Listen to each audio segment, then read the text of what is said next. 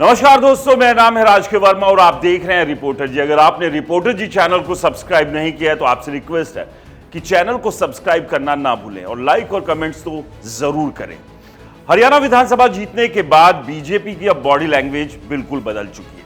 2024 के लोकसभा चुनाव के जो नतीजे आए थे उसके बाद जिस तरह की स्थिति बीजेपी की बनी थी उससे सवाल खड़े होने लगे थे, क्या बीजेपी अब पतन की ओर चल पड़ी है? लेकिन बीजेपी ने एक बार फिर से यह साबित किया कि किस तरह से वो हारी हुई बाजी को पलटना जानती है। और हरियाणा के इस विधानसभा चुनाव की जीत का श्रेय कहीं ना कहीं अमित शाह को जाता है। अमित शाह ने आखिरी मौके पर हरियाणा विधानसभा चुनाव की लगाम अपने हाथ में ले ली थी और उसके बाद जिस तरह से हरियाणा में बीजेपी ने प्रदर्शन किया उससे सबको चौंका दिया। और अब खैर हरियाणा में तीसरी बार बीजेपी की सरकार बन रही है और वो भी इतिहास रचते हुए। और अब हरियाणा जीतने के बाद बीजेपी की निगाह है महाराष्ट्र, झारखंड और दिल्ली पर। आज बात करेंगे दिल्ली की। दिल्ली में भी 2025 में विधानसभा चुनाव होने हैं और ऐसे में आम आदमी पार्टी ने अभी से तैयारियां शुरू कर दी है और जनसंपर्क अभियान के जरिए दिल्ली के पूर्व मुख्यमंत्री अरविंद केजरीवाल लोगों के बीच अब पहुंच रहे हैं। वो लगातार अब लोगों को एक संदेश दे रहे हैं कि अगर बीजेपी दिल्ली में आती है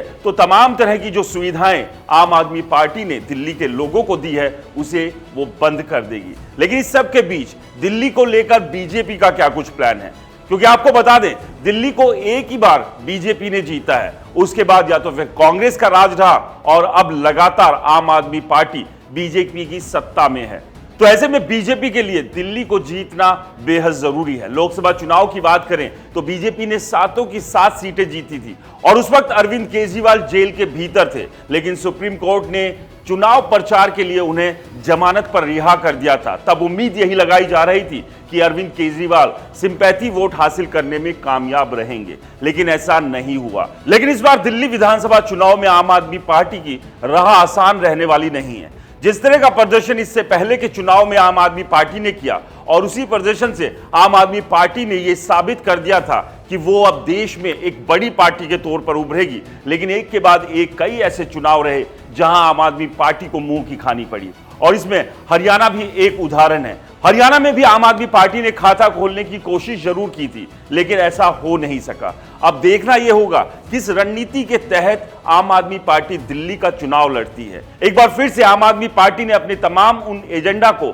लोगों के सामने रखना शुरू कर दिया है जो वो पहले से रखती आई है, यानी कि फ्री बिजली, फ्री पानी, अस्पताल, स्कूल और तमाम तरह की जो सुविधाएं आम आदमी पार्टी लोगों को देती आ रही है। लेकिन क्या इन तमाम सुविधाओं के सहारे 2025 का विधानसभा चुनाव आम आदमी पार्टी के लिए आसान होगा? क्योंकि बीजेपी के चाणक्य के दिमाग में कुछ और ही चल रहा है और जो ये चल रहा है इसके सहारे क्या बीजेपी अरविंद केजरीवाल का चौथी बार दिल्ली में सरकार बनाने का सपना तोड़ देगी? अब ये देखना खास होगा। लेकिन इस सपने के तोड़ने और पार्टी में तोड़फोड़ की भी गुंजाइश कहीं ना कहीं नजर आ रही है, क्योंकि शराब घोटाले का जो डेंट है वो अभी भी आम आदमी पार्टी को परेशान कर रहा है।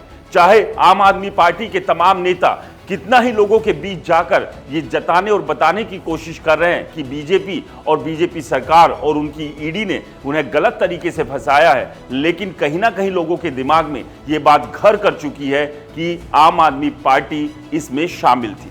और ये जो बड़ा डेंट है आम आदमी पार्टी को इस विधानसभा चुनाव में कहां पर ले जाकर खड़ा करेगा? आपको क्या लगता है? हमें कमेंट्स कर जरूर बताएं। रिपोर्टर जी चैनल को सब्सक्राइब नहीं किया है तो दोस्तों चैनल को सब्सक्राइब करना ना भूलें। नमस्कार।